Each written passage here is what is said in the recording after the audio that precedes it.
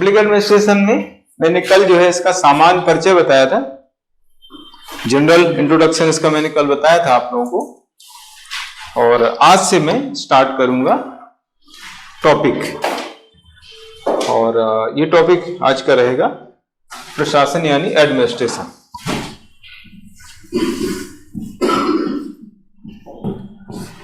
Administration के बारे में आज हम पढ़ेंगे।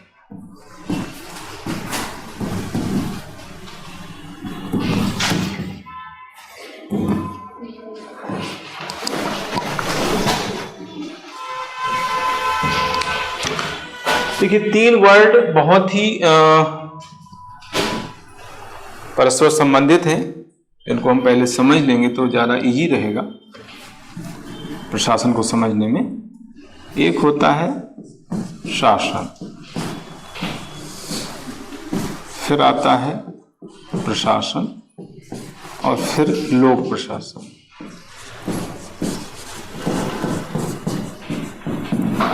है ना, तीन वर्ड जो है ये संबंधित हैं, और थोड़ा थोड़ा अंतर है। अगर इसको हम स्पेलिंग के हिसाब से देखें तो बहुत कम डिफरेंस है, लेकिन मीनिंग के हिसाब से बहुत ज्यादा डिफरेंस है। स्पेलिंग में तो क्या है, शासन में प्रा लग गया तो प्रशासन हो गया, प्रशासन में लोक लग गया तो लोक प्रशासन हो गया। तो स्पेलिंग के हिसाब से तो बहुत ज्यादा कोई फर्क नहीं है, लेकिन अगर हम मीनिंग देखें तीनों का तो उसमें बहुत अंतर आ जाता है।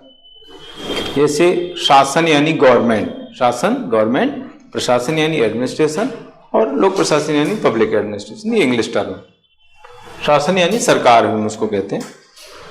तो शासन या सरकार का मतलब होता है कि जो राजनीतिज्ञ है, राजनीतिज्ञ यानी जनता द्वारा निर्वाचित जो प्रतिनिधि हैं, रिप्रेजेंटेटिव हैं, उनके द्वारा जो भी एक्टिविटी की जाती है, जो भी गतिविधियां की जाती हैं, वो है शासन ना।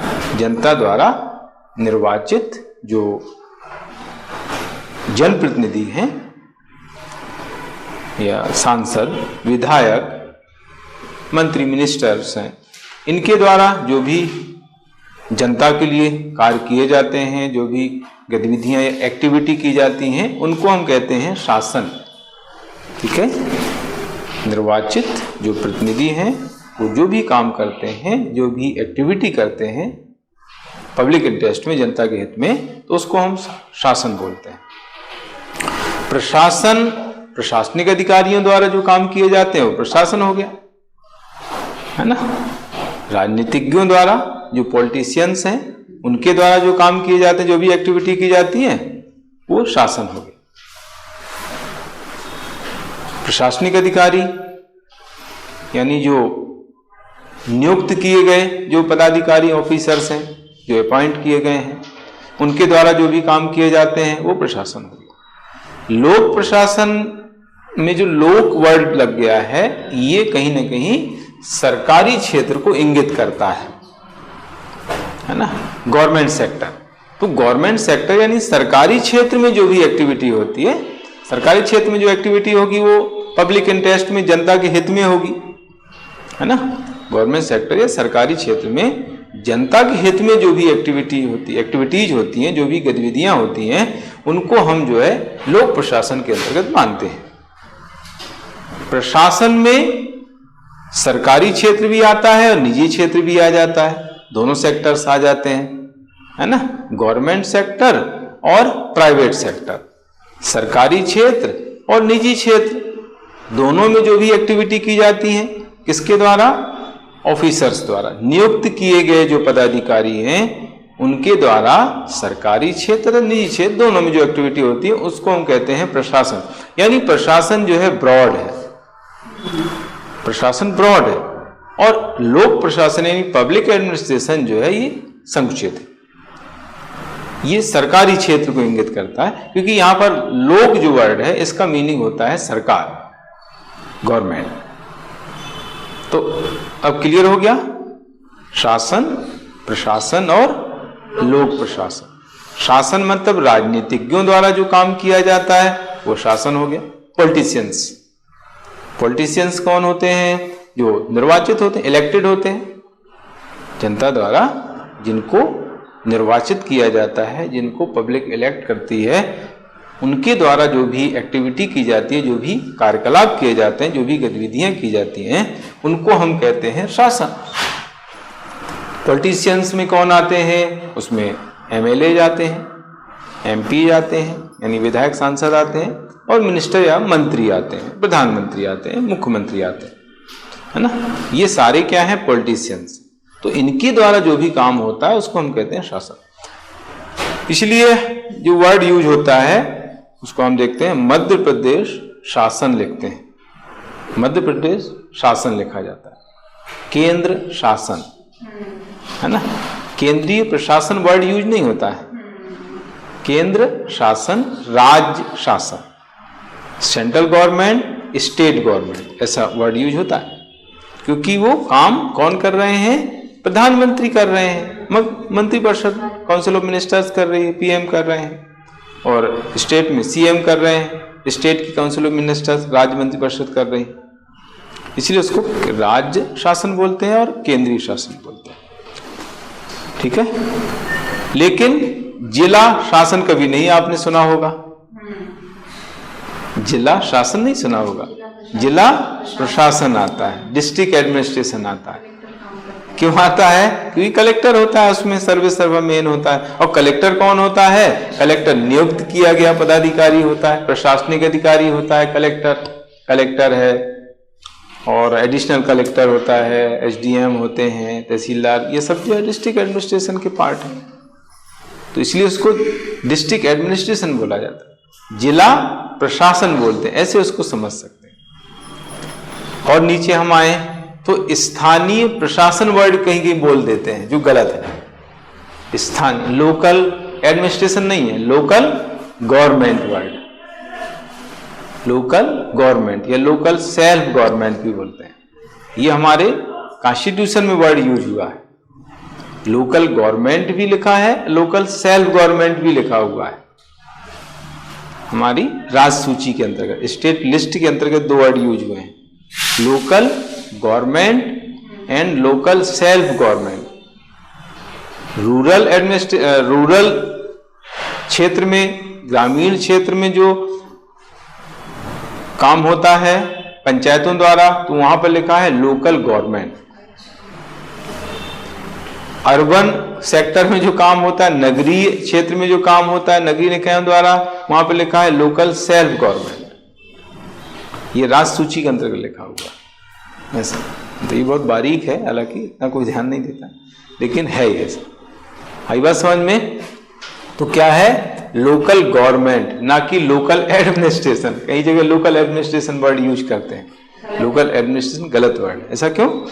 क्योंकि पंचायत नगरीय निकाय जो होते हैं उसमें कौन होता है? पंच, सरपंच, जिला पंचायत अध्यक्ष, जनरल पंचायत अध्यक्ष, जिला पंचायत सदस्य, उपाध्यक्ष, जनरल पंचायत उपाध्यक्ष, अध्यक्ष, सदस्य, ये सब क्या है? ये सब पॉलिटिशियन है, जनता द्वारा निर्वाचित होते हैं। ऐसे ही नगरीय निकायों में म्युनिसिपल बॉडी जो है वहां पर भी यही होता है। वहां पर महापौर होता है, नगर पालिका अध्यक्ष, नगर पंचायत अध्यक्ष होता है, पार्षद होते हैं। ये कौन होते हैं? ये पॉलिटिशियन है, जनता द्वारा निर्वाचित किए जाते हैं। तो इससे हम इन चीजों को समझ सकते हैं, एडमिनिस्ट्रेशन और गवर्नमेंट, शासन और प्रशासन। ठीक, तो अब क्लियर हो गया होगा मेरे ख्याल से। अब हम बात करते हैं पर्टिकुलर प्रशासन के बारे में। तो प्रशासन के अंतर्गत हमें क्या पढ़ना है? एक तो इसका अर्थ पढ़ेंगे हम लोग, फिर इसके लक्षण पढ़ेंगे या तत्व या विशेषताएं भी कह सकते हैं, फिर इसकी प्रकृति, नेचर ऑफ एडमिनिस्ट्रेशन, मीनिंग, इसके एलिमेंट या फीचर्स, नेचर, और कंक्लूजन, निष्कर्ष।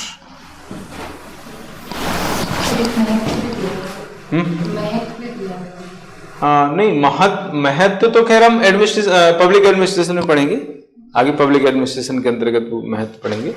तो वो इसका भी हो जाएगा हालांकि, है ना। महत्व है, प्रकृति है, क्षेत्र भी आता है, स्कोप करके आता है, वो हालांकि सिलेबस में नहीं दिया है, वो भी आता है ना। तो वो हम पढ़ेंगे पब्लिक एडमिनिस्ट्रेशन। नहीं, अलग अलग, दोनों अलग अलग आएंगे, है ना। हाँ, तो इसके अर्थ के बारे में हम जानेंगे। तो मैंने अभी बताया है, एक सामान्य अर्थ मैंने जो बताया है वो ये है कि जो एडमिनिस्ट्रेटिव ऑफिसर्स हैं, नियुक्त किए गए जो ऑफिसर्स हैं, उनके द्वारा जो भी एक्टिविटी की जाती है, जो भी गतिविधियां की जाती हैं, कार्यकलाप किए जाते हैं,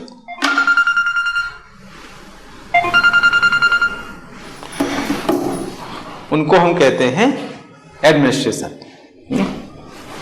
नियुक्त किए गए प्रशासनिक अधिकारियों द्वारा जनता के लिए की जाने वाली जो गतिविधियां हैं, कार्यकलाप हैं, एक्टिविटीज हैं, उनको हम प्रशासन के अंतर्गत मानते हैं। और प्रशासन एक व्यापक अवधारणा है, ऐसा हम कह सकते हैं। प्रशासन एक व्यापक अवधारणा है, ब्रॉड कॉन्सेप्ट है ना, जिसमें सरकारी क्षेत्र तथा निजी क्षेत्र दोनों की गतिविधियों को सम्मिलित किया जाता है, इंक्लूड किया जाता है। Government sector and private sector दोनों की एक्टिविटी इसमें इंक्लूड है, इसमें सम्मिलित है। इसलिए इसको कहते हैं प्रशासन एक व्यापक अवधारणा है, ब्रॉड कॉन्सेप्ट। ठीक है।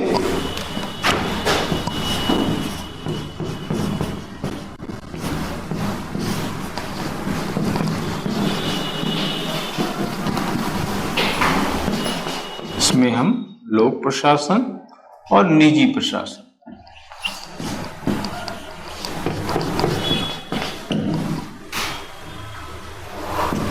Public administration as a subject जब पढ़ते थे तो लोक प्रशासन, निजी प्रशासन, इन दोनों का कंपैरिजन करने को आता था सब्जेक्ट में, जब सब्जेक्ट इसका पढ़ते थे। आपके अब जब आप सेकेंड, अभी फर्स्ट ईयर है ना, हाँ, सेकेंड ईयर में पढ़ेंगे ये सब, public administration and private administration में कंपैरिजन, समानताएं असमानताएं वगैरह, ऐसे ही आप क्वेश्चन आता है, आप पढ़ेंगे। लोक प्रशासन, इसका उदाहरण हम लिख सकते हैं जिला प्रशासन।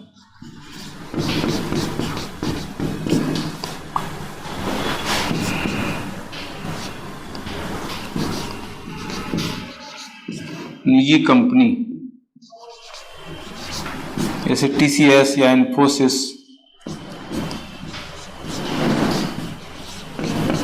का प्रशासन।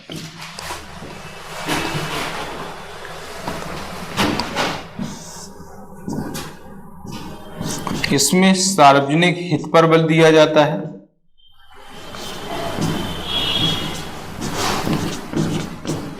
और इसमें स्वहित पर बल दिया जाता है। खुद का हित ज्यादा देखा जाता है, प्राथमिकता।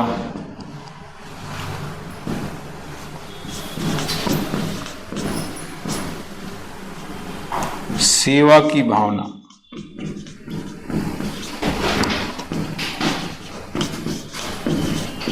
लाभ का तत्व,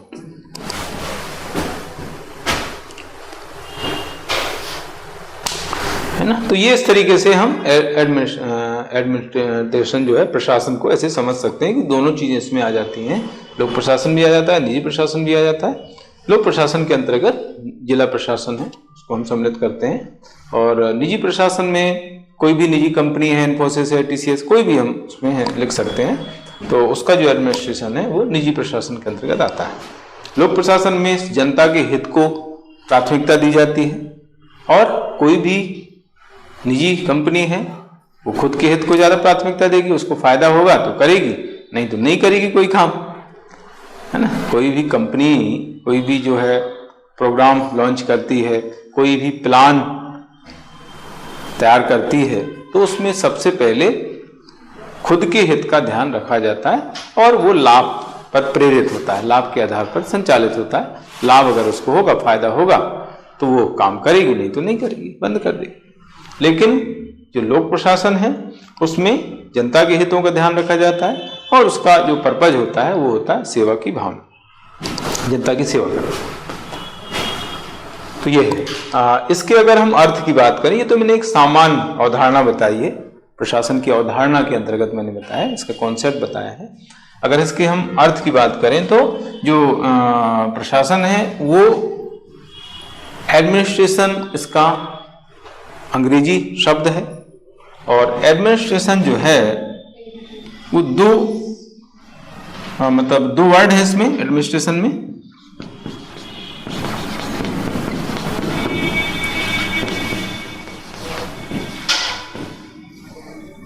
हिंदी वाले हिंदी में लिखेंगे इसको, इंग्लिश वाले इंग्लिश में लिखेंगे।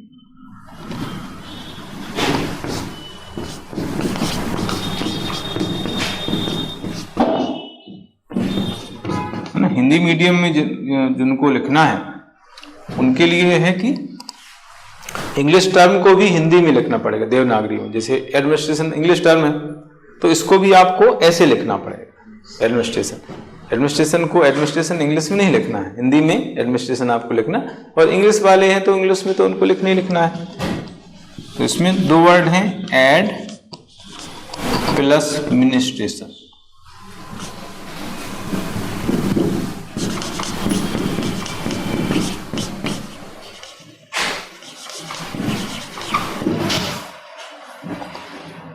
इसी तरीके से इसको एड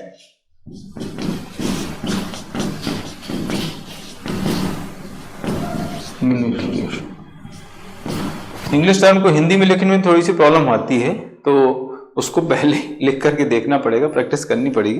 ये तो क्या सिंपल वर्ड है, कई ऐसे वर्ड आते हैं जो हिंदी में नहीं लिख पाते हैं या गलत लिखते हैं, स्पेलिंग गलत हो जाती है, तो उसको पहले देख लेना, प्रैक्टिस कर लेना। तो मिनिस्ट्रेशन जो वर्ड है ये मूल वर्ड है, एड तो इसका उपसर्ग है, प्रीफिक्स है ना। एड क्या है, उपसर्ग या प्रीफिक्स है, और मूल वर्ड है मिनिस्ट्रेशन, ये है उपसर्ग।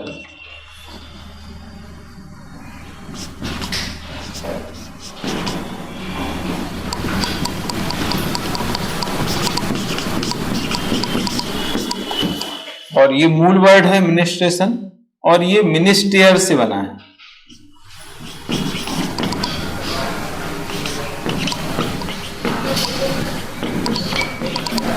मिनिस्टेयर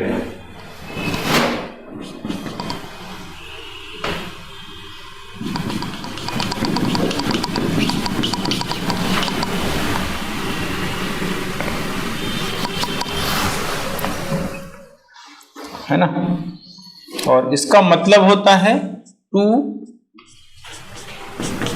सर्व या टू मैनेज। हिंदी में कहते हैं इसको सेवा करना या प्रबंध करना, ये है। तो हिंदी इंग्लिश अलग अलग मैंने यहां पर लिख दिया है। तो कहने का मतलब यहां पर यह है कि सेवा करना या कार्यों के प्रबंध करने के संदर्भ में प्रशासन को हम डिफाइन करते हैं, एडमिनिस्ट्रेशन को डिफाइन करते हैं। तो ये तो एक सामान्य अर्थ हो गया कि भाई प्रशासन का मूल अर्थ है सेवा करना, सेवा का मतलब करना, जनता की सेवा करना। जनता की सेवा करने के लिए जो भी कार्यकलाप होते हैं उनको हम कहते हैं प्रशासन, या मैनेजमेंट करने के लिए जो भी कार्यकलाप होते हैं उसको हम बोलते हैं प्रशासन, है ना। तो ये एक मूल अर्थ हो गया, बहुत सामान्य अर्थ है। स्पेसिफिक अगर इसका मीनिंग हम देखें, इसका विशिष्ट अर्थ अगर हम देखें तो इस तरह से हम व्यक्त कर सकते हैं कि किसी सामूहिक, कलेक्टिव, किसी सामूहिक या विशिष्ट उद्देश्य, कलेक्टिव और स्पेसिफिक पर्पज, किसी सामूहिक या विशिष्ट उद्देश्य को पूरा करने के लिए दो या दो से अधिक व्यक्तियों द्वारा, टू और मोर जो पर्सन्स हैं उनके द्वारा जो भी सहयोगात्मक ढंग से काम किया जाता है, कोऑपरेटिव तरीके से जो काम किया जाता है, उसको हम कहते हैं प्रशासन, है ना। मतलब इसमें खास बात क्या होनी चाहिए, एक पर्पज होना चाहिए। पर्पज कैसा होना चाहिए, कोई पर्सनल पर्पज नहीं होना चाहिए, कलेक्टिव, सामूहिक होना चाहिए। सामूहिक या कोई स्पेसिफिक विशिष्ट, है ना, सामूहिक अथवा विशिष्ट उद्देश्य को पूरा करने के लिए दो या दो से अधिक व्यक्तियों द्वारा सहयोगात्मक ढंग से किया गया सामूहिक प्रयास एडमिनिस्ट्रेशन या प्रशासन कहलाता है। दो या दो से अधिक व्यक्तियों द्वारा सहयोगात्मक ढंग से किया गया सामूहिक प्रयास प्रशासन कहा जाता है ना। तो इस तरीके से ये एक स्पेसिफिक मीनिंग है। दो या दो से जो स्पेसिफिक जो पर्पज है या कलेक्टिव जो पर्पज है उसको पूरा करने के लिए, उसको फुलफिल करने के लिए, उसको अचीव करने के लिए टू और मोर पर्सन्स द्वारा जो भी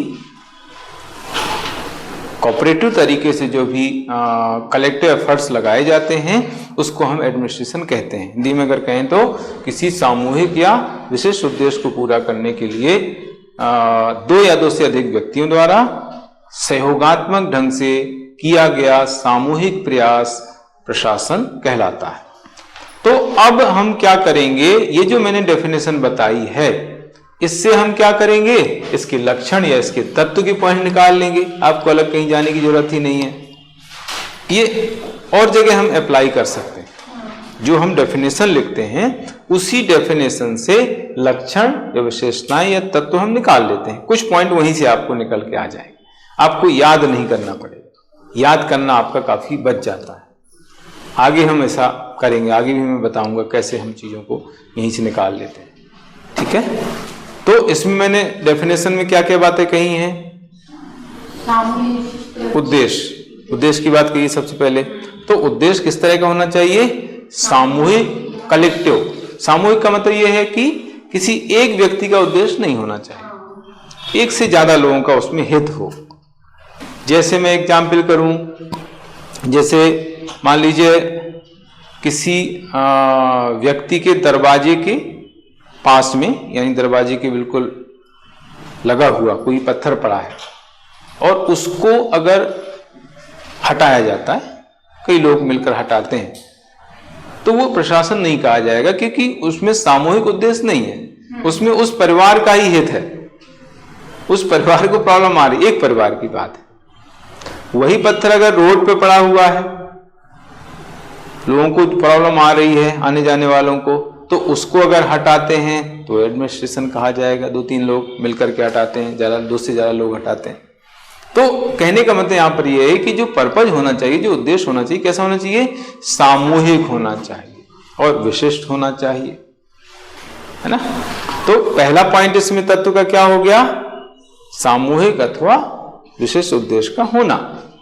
मतलब एडमिनिस्ट्रेशन कहलाने के लिए जरूरी तत्व क्या। ऐसा भी क्वेश्चन आपको 5 नंबर में पूछ सकता है कि प्रशासन या एडमिनिस्ट्रेशन कहलाने के लिए आवश्यक तत्व कौन कौन से होते हैं।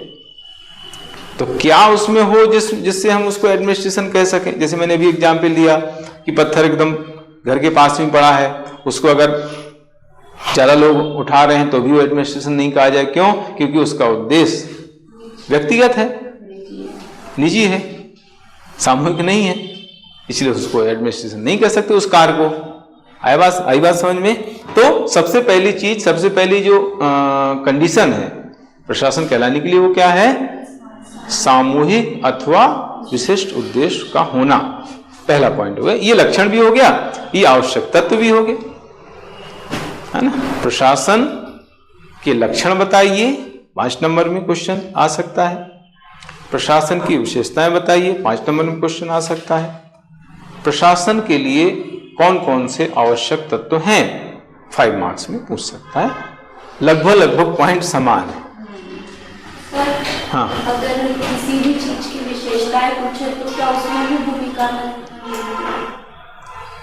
हाँ, देखिए क्या होता है कि मैंने कल भी बताया थे, 5 मार्क्स में मान लीजिए विशेषताएं, ये प्रशासन ही पूछ लिया, उसमें प्रशासन की विशेषताएं लिखी, ऐसे ही क्वेश्चन आ गया, प्रशासन के लक्षण तत्व लिखी। तो एक लाइन में 5 नंबर के हिसाब से बता रहा हूं, 5 नंबर का आप आंसर लिख रहे हैं तो उसमें 1-1.5 लाइन में, ज्यादा 2 लाइन में आपको इंट्रोडक्शन लिखना जरूरी है। स्टार्ट आप जो है सीधे पॉइंट से नहीं कर सकते, करते हैं तो वो ऑड माना जाएगा, मार्क्स हालांकि मिलेंगे आपको, ऐसा नहीं कि वो काट देगा, लेकिन उतना अच्छा नहीं माना जाएगा आपका आंसर अगर आप उसमें 1-2 लाइन में इंट्रोडक्शन अगर नहीं लिख रहे हैं, ठीक है ना। तो वही चीज जो मैंने स्टार्टिंग बताई कि प्रशासन एक व्यापक अवधारणा है जिसमें लोक प्रशासन और निजी प्रशासन दोनों सम्मिलित। इतना लिख देंगे तो भी चल जाएगा। लोक प्रशासन, उसमें ब्रैकेट में आप लिख लो जिला प्रशासन, तथा निजी प्रशासन ब्रैकेट में टीसीएस का प्रशासन लिख दो, बस सम्मिलित है, हो गया।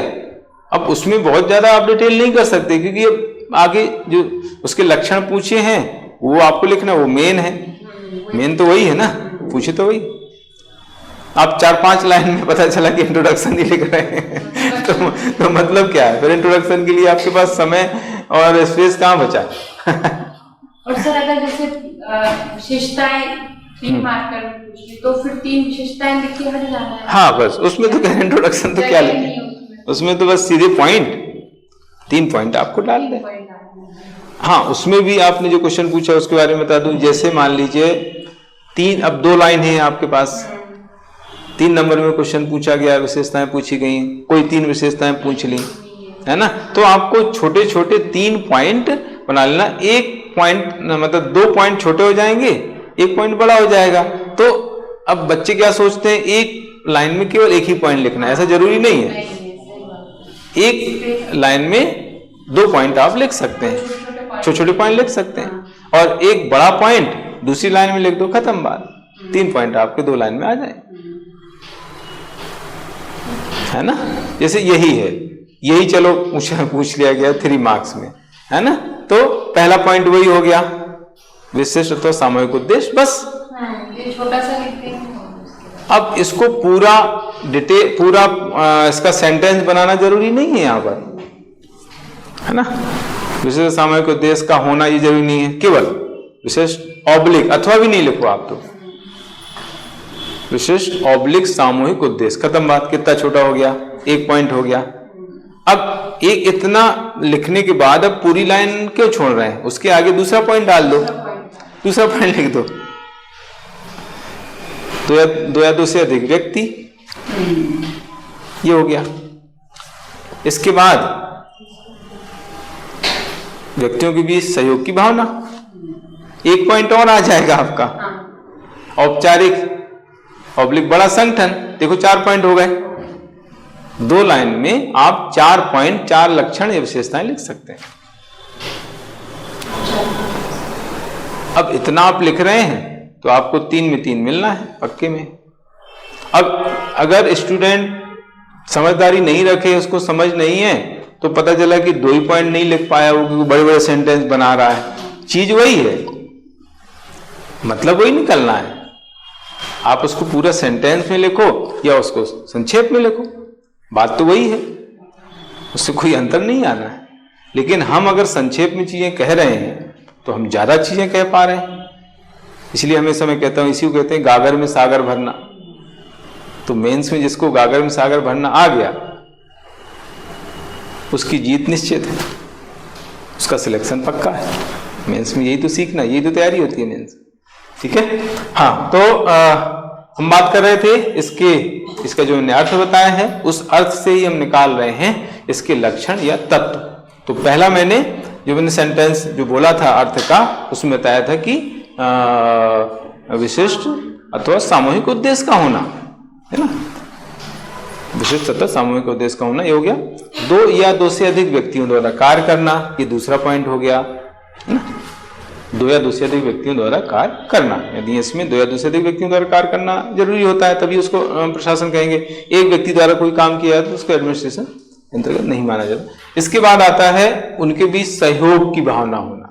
जो भी व्यक्ति काम कर रहे हैं, जो भी पदाधिकारी काम कर रहे हैं, उनके बीच सहयोगात्मक भाव होना चाहिए, सहयोग की भावना होना चाहिए, तभी काम सही ढंग से हो पाते हैं। कोऑपरेटिव जो इमोशन से वो होना चाहिए, है ना, स्पिरिट होना चाहिए, कोऑपरेटिव स्पिरिट उसमें होना जरूरी है। इसके बाद संगठन का होना जरूरी है। संगठन कैसा होना चाहिए? औपचारिक संगठन होना चाहिए, formal organisation, formal and broad या बिग ऑर्गेनाइजेशन होना चाहिए। औपचारिक तथा बड़ा संगठन होना जरूरी है। अब यहाँ पे देखो औपचारिक वर्ड आ गया। औपचारिक का बहुत गहरा अर्थ लगाया जाता है, आगे भी आपको औपचारिक अनौपचारिक वर्ड पढ़ने में मिलेंगे, फॉर्मल इनफॉर्मल, ऑर्गेनाइजेशन, है ना, या थॉट्स। तो दो प्रकार के संगठन होते हैं। यहां पर मैं थोड़ा सा क्लियर कर दूं ताकि आपको आगे समझने में दिक्कत नहीं जाए। दो प्रकार के ऑर्गेनाइजेशन या संगठन होते हैं। एक होता है औपचारिक यानी फॉर्मल, दूसरा होता है अनौपचारिक।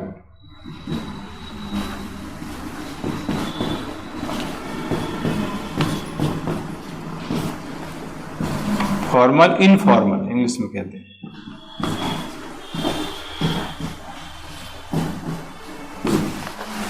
Formal and informal. औपचारिक जो संगठन होता है, फॉर्मल जो ऑर्गेनाइजेशन होता है, उसमें जो भी एक्टिविटी होती है, जो भी कार्यकलाप होते हैं, वो एक नियमबद्ध तरीके से होते हैं, रूल्स रेगुलेशन के अकॉर्डिंग होते हैं और सारी चीजें डिसाइडेड होती हैं, सब कुछ निर्धारित है, डिसाइड।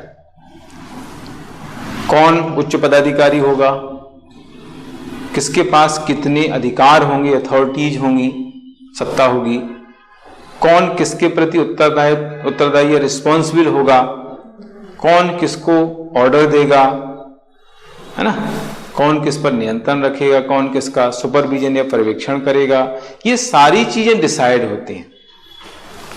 जो अथॉरिटी है, सत्ता है या अधिकार है, वो कहां से कहां डेलीगेट होंगे, प्रत्यायोजित होंगे, ये सारी चीजें जब डिसाइड होती हैं तो इस तरह का जो संगठन होता है उसको हम बोलते हैं औपचारिक संगठन। जैसे कोई मंत्रालय हो गया, कोई विभाग है, कोई ऑफिस है, वो क्या है, औपचारिक संगठन के अंतर्गत आते हैं। अनौपचारिक संगठन जो होता है, इसमें कुछ भी डिसाइड नहीं होता है। इसमें ये जो आपसी संबंध होते हैं, उन संबंधों के आधार पर जो संगठन बनता है उसको हम बोलते हैं अनौपचारिक। और औपचारिक संगठन के अंदर लंबे समय तक जब लोग काम करते हैं, उनके बीच कुछ व्यक्तिगत संबंध बन जाते हैं, पर्सनल रिलेशन बन जाते हैं, सामाजिक संबंध बन जाते हैं, भावनात्मक संबंध बन जाते हैं। तो उन संबंधों से बना जो संगठन उसको हम कह देते हैं अनौपचारिक संगठन। इसलिए अनौपचारिक संगठन को औपचारिक संगठन की परछाई बोलते हैं, शैडो बोला जाता है, क्योंकि औपचारिक संगठन के अंदर ही बनता है। अनौपचारिक संगठन का जो ओरिजिन होता है, जो उदय होता है, वो किसके अंदर होता है, औपचारिक संगठन के अंदर। औपचारिक संगठन में लोग काम करते हैं, उन लोगों के काम कर साथ में काम करते करते उनमें संबंध बन जाते हैं, एक रिलेशन बन जाए, एक रिश्ता बन जाता है, उनमें इमोशंस होते हैं, भावनात्मक रिलेशन होते हैं, संबंध होते हैं, है ना।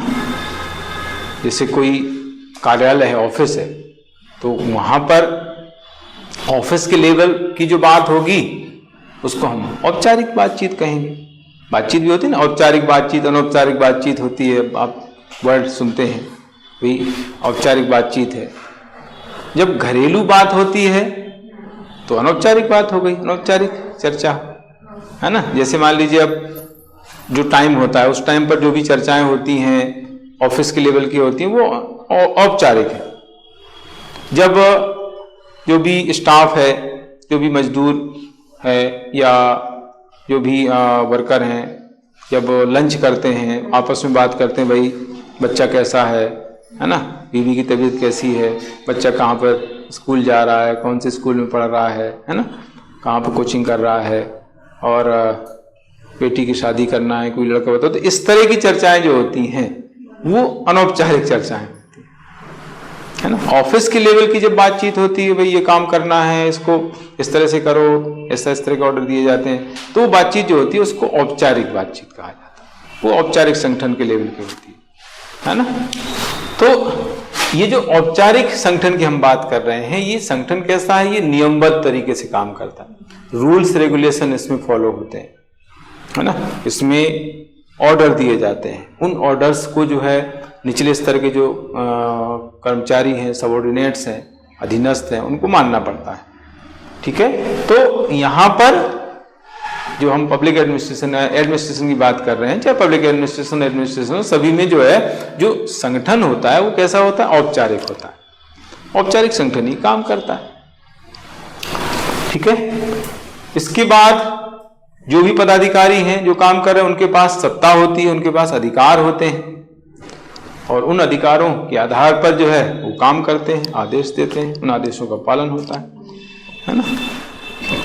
जो भी सत्ता है उसका प्रत्यायोजन भी होता है, जो भी अथॉरिटी है उसका डेलीगेशन होता है। मैंने कल समझाया था, प्रत्यायोजन के बारे में बताया था। तो सत्ता का प्रत्यायोजन ऊपर से नीचे किया जाता है। उच्च पदाधिकारी अधीनस्थ को कुछ कार्य सौंप देता है और उन कार्यों को करने के लिए उसको कुछ अथॉरिटी या अधिकार या सत्ता प्रदान की जाती है। तो ये सारी चीजें जो है हम प्रशासन के तत्व में लिखते हैं या इसके लक्षण में लिखते हैं। तो इस तरीके से जो है ये पूरा हो जाता है। अब इसमें आता है लास्ट प्रकृति,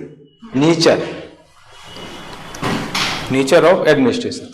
ये जो प्रकृति हम यहां पर एडमिनिस्ट्रेशन की पढ़ रहे हैं, यही पब्लिक एडमिनिस्ट्रेशन की भी प्रकृति है।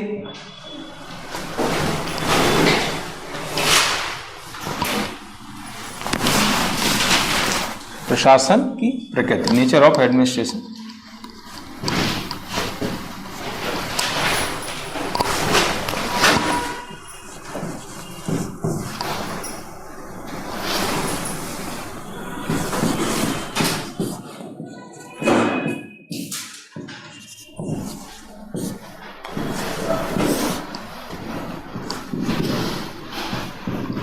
इसके दो दृष्टिकोण हैं। व्यू, इंग्लिश में दृष्टिकोण को व्यू बोला जाता है, अप्रोच व्यू बोलते हैं। एक है संकुचित, संकुचित नहीं है, एकीकृत दृष्टिकोण।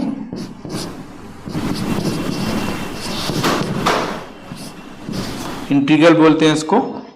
और दूसरी है प्रबंधात्मक, मैनेजीरियल।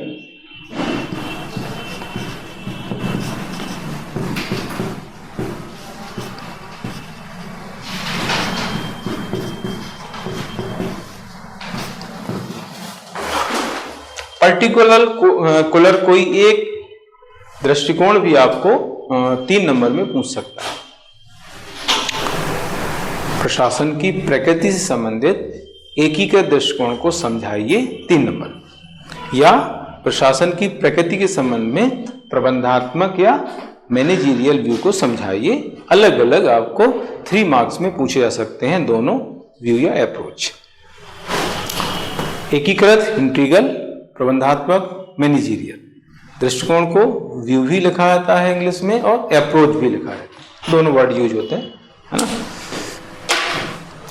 देखिए, मैं थोड़ा सा दृष्टिकोण जो वर्ड आया है, अब क्योंकि ये सब नए वर्ड हैं आप लोगों के लिए, है ना, तो इनको पहले समझना जरूरी, क्योंकि आगे भी ये आते रहेंगे, बार बार पढ़ने में आएंगे, है ना। तो अगर आप इन वर्ड से फैमिलियर अगर नहीं हो पाते हैं तो आपको हमेशा खटकेगा, क्या यार पता नहीं ये इसका मतलब क्या है, ये वर्ड हम पहली बार सुन रहे हैं, पढ़ रहे हैं, पता नहीं हमें, है ना। तो उस वर्ड का मीनिंग आपको पता होना चाहिए। जैसे मैंने औपचारिक वर्ड आया तो औपचारिक वर्ड को मैंने बताया कि भैया औपचारिक वर्ड किस तरह से यूज होता है, क्या होता है। ऐसे ही दृष्टिकोण वर्ड आया है, अप्रोच, व्यू, इसको हिंदी में उपागम भी बोलते हैं।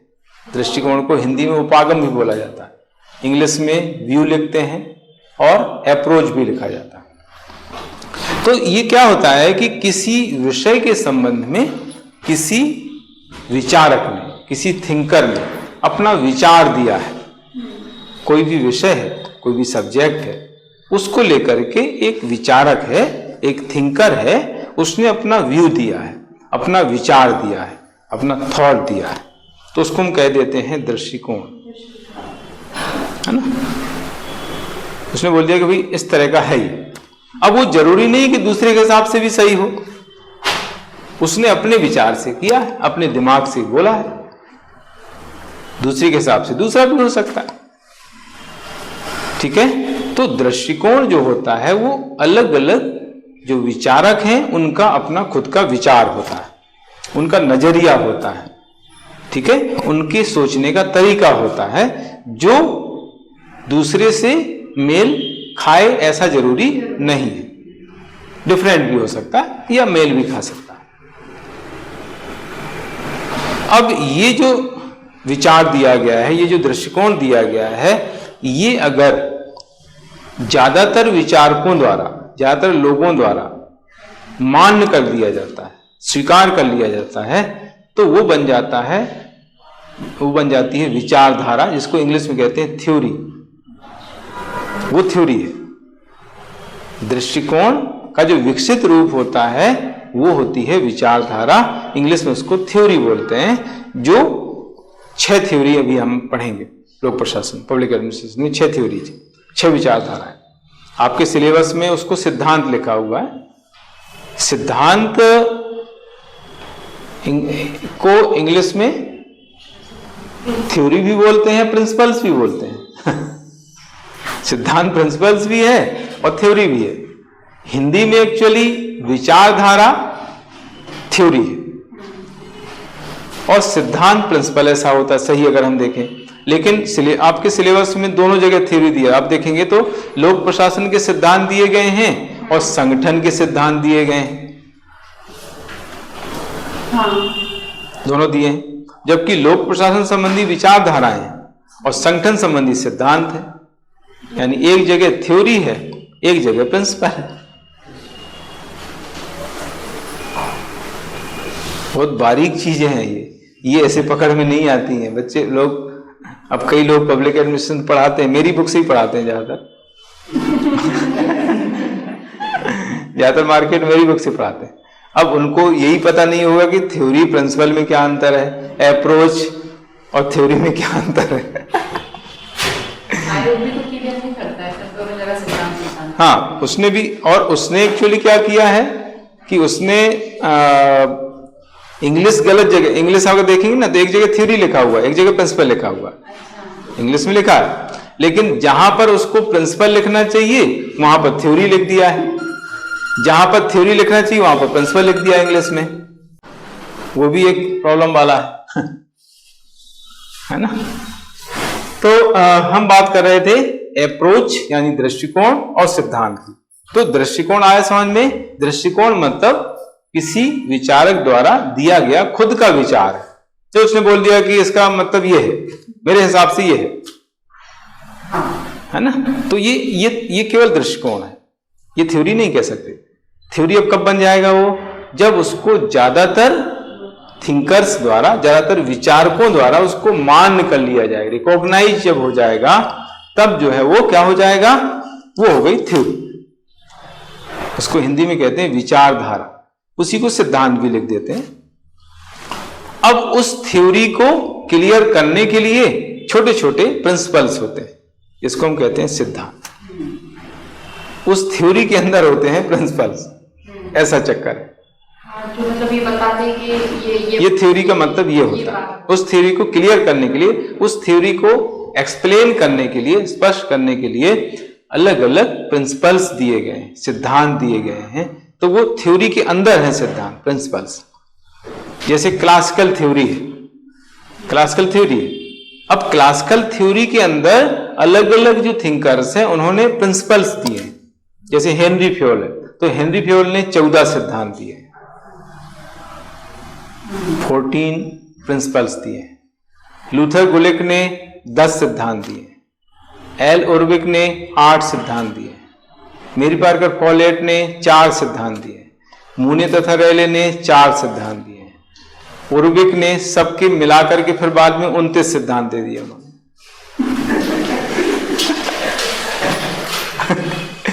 ये है कहानी। इस तरह से उलझा हुआ मैटर है, दृष्टिकोण है, सिद्धांत है, प्रिंसिपल है। बच्चा उलझ जाता है कि ये चक्कर क्या है, कहीं पर थ्योरी लिखा हुआ है, कहीं प्रिंसिपल लिखा हुआ है, कहीं विचारधारा, कहीं सिद्धांत, कहीं दृष्टिकोण लिखा।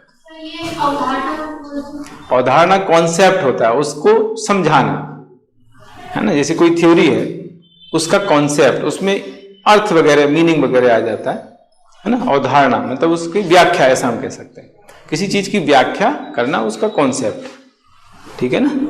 अवधारणा, हिंदी में कॉन्सेप्ट को अवधारणा बोलते हैं। तो उसको हम जब समझ लेते हैं तो वो कॉन्सेप्ट है, उसका अर्थ है, उसके लक्षण वगैरह हमने देख लिए, तो उसका वो कॉन्सेप्ट हो जाता है।